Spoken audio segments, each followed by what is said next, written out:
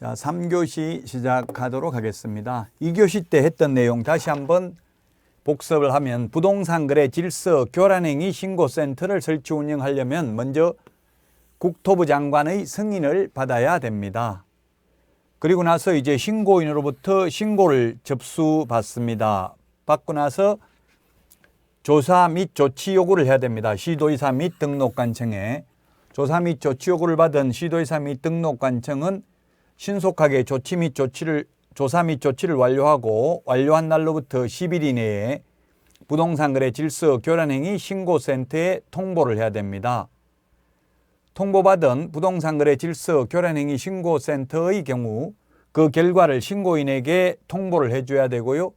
그리고 매월 10일까지 직전달의 신고사항 접수 및 처리 결과를 국토부 장관에게 제출을 해야 됩니다. 지금 부동산 거래 질서 교란행위 신고센터는 국토부 장관이 설치 운영할 수 있지만 한국부동산원에 위탁을 해 놓았죠. 그래서 지금 현재 여러분들이 인터넷에 부동산 거래 질서 교란행위 신고센터라고 치시면 한국부동산원 전화번호가 나올 것입니다. 자, 부동산 거래 질서 교란행위 신고센터 2020년에 신설된 내용이니까 숙지를 하셔야 되겠습니다. 자, 다음은 55페이지 개업공개사 등의 기본윤리입니다. 기본윤리, 그 다음에 비밀준수 의무가 있는데, 자, 먼저 개업공개사 등의 기본윤리에 대해서 보도록 하겠습니다. 기본윤리는 뭐가 있느냐 하면 전문직업인으로서 품위를 유지하고 신의와 성실로서 공정하게 중개업무를 수행해야 됩니다.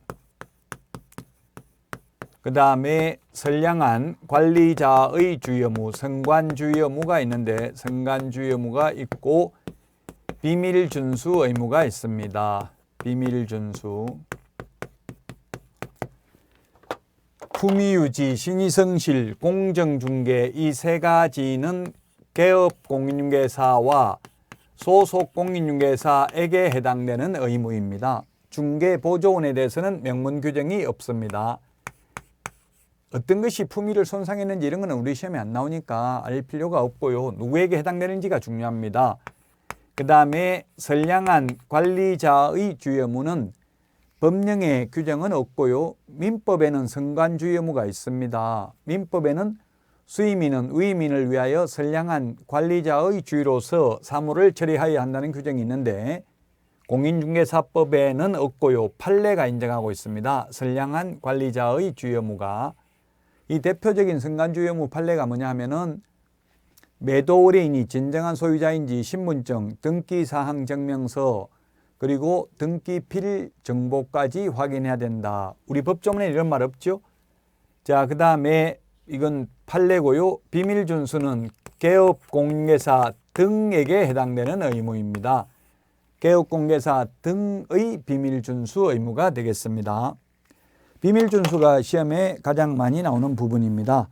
우리 요약집 55페이지 2번에 동그라미 1번에 보니까 개업공개사 등은 이 법 및 다른 법률에 개업공개사 등이죠. 그래서 비밀은 사장은 비밀을 지켜야 되지만 직원은 비밀 안 지켜도 된다 하면 X죠. 개업공개사 등은 이 법 및 다른 법률에 특별한 규정이 있는 경우를 제외하고는 그 업무상 알게 된 비밀을 누설하여서는 아니 된다.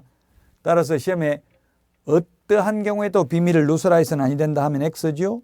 다른 법률에 이 법 및 다른 법률에 특별한 규정이 있으면 누설해도 됩니다. 그 다음에 폐업하면 누설해도 된다 X죠.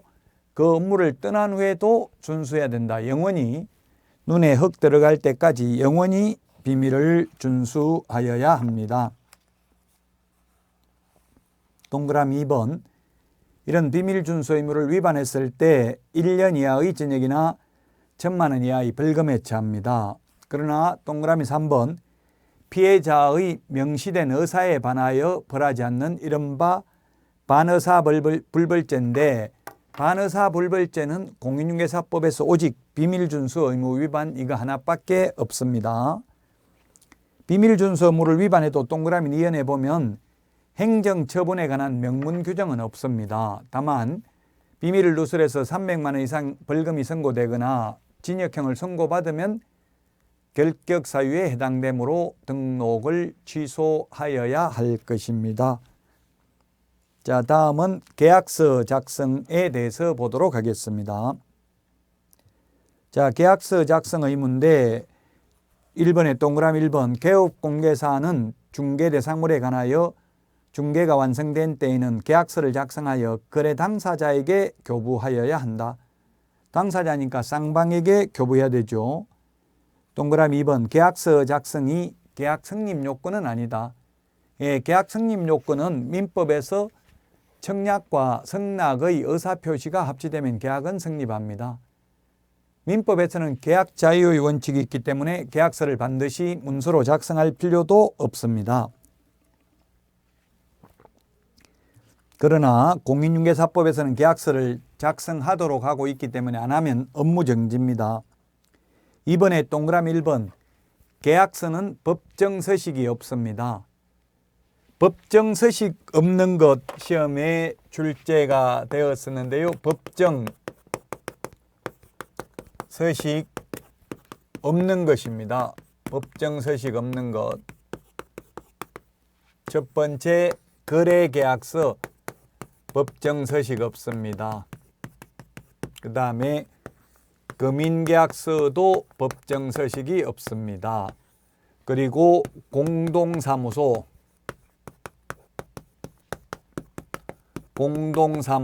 설치 신고서도 법정서식이 없습니다. 그 다음에 중개 보수 영수증도 법정서식이 왠지 있을 것 같은데 없는 것들입니다. 그 다음에 부동산 거래 신고 등에 관한 법률에서 정정신청서라는 법정서식도 없습니다. 법정서식이 없기 때문에 55페이지 요약집, 서브노트 요약집 같은 말이죠. 요약집 맨 밑에 동그라미 2번에 보면 국토교통부 장관은 개업공개사가 작성하는 거래계약서에 관하여 표준이 되는 서식을 정하여 그 사용을 권장할 수 있습니다. 주어를 조심해야 되겠습니다. 국토부 장관인데 시험에 협회는 또는 등록관청은 시도지사는 하면 X가 되겠죠. 국토부 장관이고요.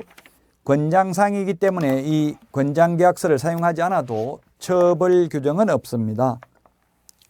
56페이지 메뉴에 거래계약서 필요적 기재사항입니다. 우리 암기 프린트 9번에 있죠. 인물계약금, 계약서 필요적 기재사항, 인물계약금, 인권조교 이렇게 암기를 했죠. 인권조교. 거래 당사자 인적사항, 물건의 인물계약금, 인권조교, 물건의 표시, 계약일, 그 밖의 약정, 거래금액, 물건의 인도일시, 권리 이전 내용, 조건기한, 확인설명서, 교부일자입니다. 지금 확인설명서, 교부일자 우리 박스 56페이지 메뉴에 있는 표는 제가 여기 적은 거하고 이게 순서가 조금 다르게 돼 있죠. 제 암기 방식대로 하면 인물계약금, 인권조교 이렇게 기억하시면 되겠고요. 오른쪽에 있는 게 금인계약서 필요적 기재사항, 당, 모가지, 개, 대가리, 중이 조한다 이렇게 암기를 했죠. 당, 모가지, 개, 대가리, 중이 조한다. 당사자, 목적 부동산, 계약연월일, 대금 지급관계, 개업공개사가 있을 경우 개업공개사, 조건기한이 있을 경우 조건기한이 반드시 기재되어야 하겠습니다. 자, 그 다음에 4번 서명날인인데요. 서명날인. 서명날인은 계약서나 확인설명서나 서명날인하는 게 똑같습니다. 거래계약서, 확인설명서 모두 다 서명날인하는 게 똑같은데요. 서명날인에 대해서 보도록 하겠습니다. 서명 및 날인하는 게 및 날인하는 것은 오직 두 가지밖에 없습니다. 거래계약서와 확인설명서만 서명 및 날인합니다. 그 외의 모든 서류는 서명 또는 날인합니다. 그러면 서명 날인을 누가 하느냐면은 첫 번째 개업공인중개사가 서명 및 날인을 해야 되고, 그 개업공인중개사가 법인인 경우에 대표자, 분사무소인 경우에는 책임자가 서명 및 날인을 해야 되고요. 당해 업무를 수행한 소속 공인중개사가 있을 경우에는 소속 공인중개사도 개업 공인중개사와 함께 서명 및 날인을 해야 됩니다. 중개보조원의 경우 서명 및 날인할 의무는 없지만 중개보조원이 개업 공인중개사와 함께 서명 및 날인을 해도 공인중개사법 위반은 아닙니다. 자, 그 다음에 5번에 보존인데 거래계약서는 5년 보존입니다. 확인설명서, 전속중개계약서는 3년입니다. 다만 거래계약서가 공인전자문서센터에 보관된 경우에 따로 종이계약서를 출력해서 보존할 의무는 없습니다. 자, 그 다음에 이중계약서, 다운계약서, 업계약서 적으면 개업공인중개사의 경우 등록을 취소할 수 있고요. 소속공인중개사의 경우에 자격을 정지할 수 있습니다. 등록 취소할 수 있는 경우는 취소 안 하면 업무정지 처분할 수 있죠. 자, 그 다음에 서명 및 날인하지 않는 경우에는 그 57페이지 맨 위에 보시면 계약서를 작성 교부하지 않거나 5년 보존하지 않거나 또는 서명 날인하지 않는 경우에는 전부 업무정지 사유에 해당이 됩니다. 소속공인중개사가 서명 및 날인하지 않는 경우에는 자격정지 사유가 되겠습니다. 자, 확인설명 의무인데요. 확인설명 의무가 시험에 반드시 출제되고요. 중요한데 핵심 내용은 우리 교재 60페이지를 먼저 보도록 하겠습니다. 60페이지에 보면 확인설명과 확인설명서 작성 교부의 차이점을 적어놨네요. 이걸 먼저 한번 보도록 하겠습니다. 확인설명 의무 표를 보시면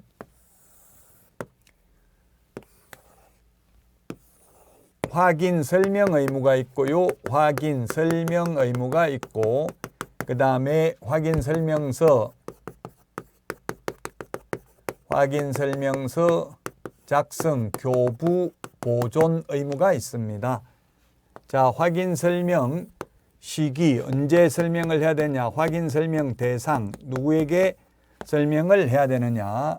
자, 그 다음에 확인설명 시기, 대상, 방법,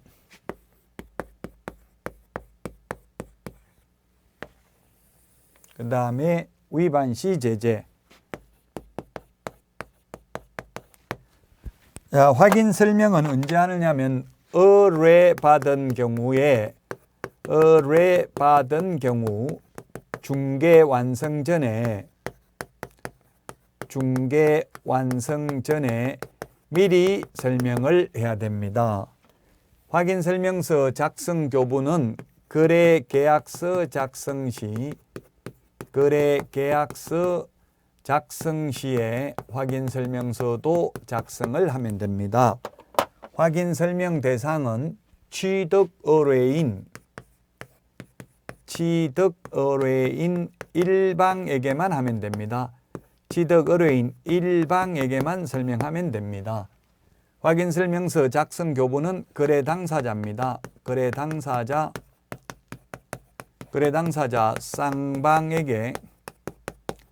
쌍방에게 교부를 해야 됩니다. 자, 그 다음에 확인 설명 방법은 근거 자료를 제시해야 됩니다. 면적 설명할 때는 토지대장, 임야대장, 건축물대장, 권리관계는 등기사항 증명서 이런 것을 제시해야 되고요. 그 다음에 확인 설명서 교부할 때는 근거 자료를 교부하는 게 아니라 확인설명서 서식 1의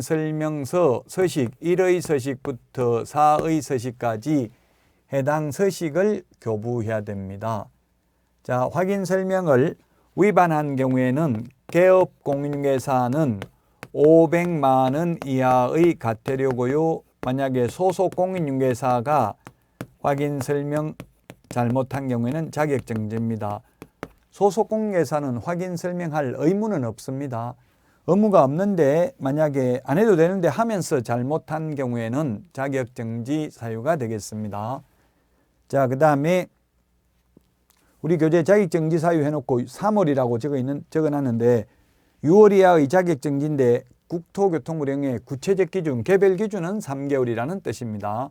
이 개별 기준의 2분의 1 범위 내에서 늘리거나 줄일 수 있죠. 자, 그 다음에 개업공인중개사가 만약에 개업공인중개사가 확인설명서를 작성, 교부하지 않는 경우 업무정지 사유에 해당이 됩니다. 그런데 소속 공인중개사의 경우에는 작성, 교부할 의무는 없습니다. 자, 소속 공인중개사, 개업공인중개사 모두 서명 및 날인해야 되는데 서명 및 날인하지 않는 경우 개업공인중개사는 업무정지, 소속 공인중개사는 자격정지 사유에 해당이 되죠. 자, 그러면 다시 앞에부터 한번 교재를 보도록 하겠습니다. 57페이지 확인 설명하는 방법입니다. 양가로 1번 지금 칠판에 적어 놓은 내용이죠. 개업공개사는 중개를 의뢰받은 경우 중개 완성 전에, 이게 중개 완성 전이라고 되어 있죠. 중개 완성 전에 권리를 취득하고자 하는 의뢰인 일방에게 근거 자료를 제시하면서 성실 정확하게 설명해야 됩니다. 확인 설명해야 될 내용 57페이지 9가지와 전속 중개계약 시 정보 공개해야 될 내용 7가지를 비교해야 되죠. 그게 밑줄 친 부분이 공통적인 정보가 아닙니다. 시험에 확인 설명해야 될 내용과 전속 중개계약 시 정보 공개해야 될 내용으로서 공통적인 정보가 아닌 것은 몇 개인가 이렇게도 출제됐었습니다.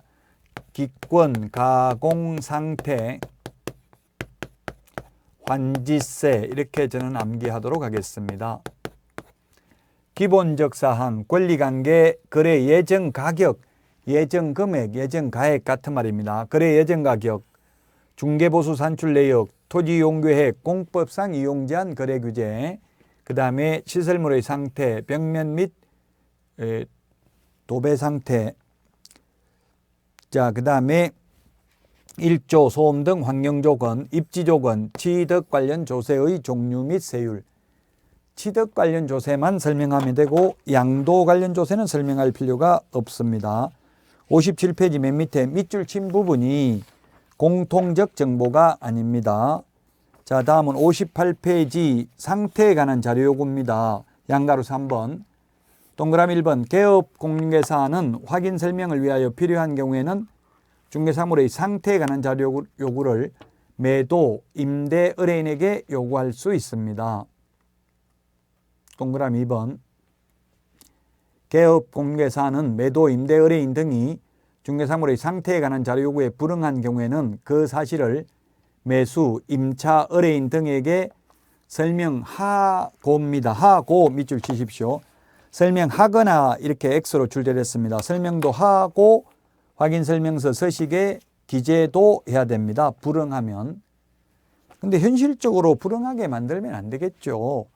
만약 예를 들어서 도배가 세입자가 도배 좀 깨끗한지 알아봐 주세요 하는데 개업공개사가 주인한테 도배는 깨끗합니까? 물어보니까 안 알려줘서 나도 모른다 하고 설명하고 확인설명서 서식에 기재도 해주면 됩니다. 시험에 설명하거나 X로 출제됐습니다. 설명하거나가 아니라 설명하고 기재도 해야 됩니다.